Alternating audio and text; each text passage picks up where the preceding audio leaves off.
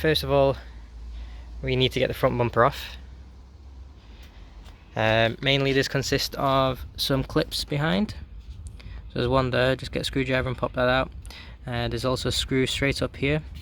So what you just need to do is get all the clips around the under tray off so that you can pry it off a bit.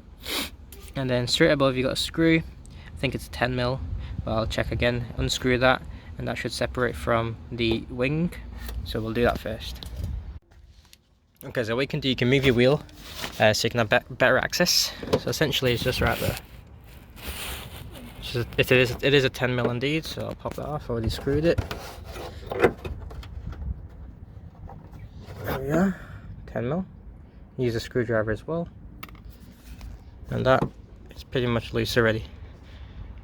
So I've already popped the under tray off. Another thing you can do at this point is the fog light.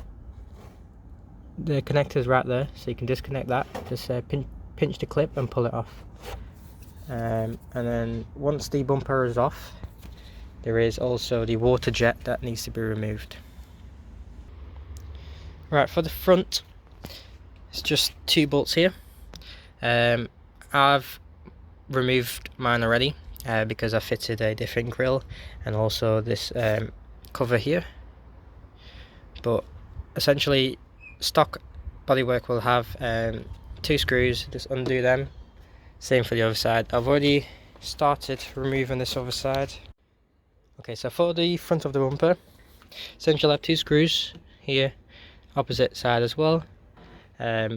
Mine has gone missing, so I've just put 2 bolts on either side, which holds it in place nicely. But yeah, essentially just pop them off, and most of the bumper should be able to pull off. You need to do exactly this to the same side.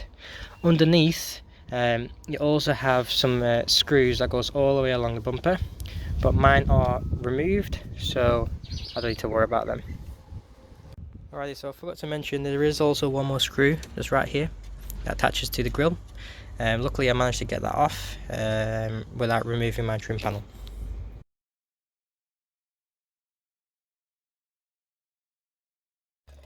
Alright, so the only thing left is the jet washers. Just remove the hose from underneath and just make sure you've got a container to fill it up so it's not leaking everywhere. Same for the other side, you need to remove, but all of it should be drained first on this side. And then you can take your complete bumper off.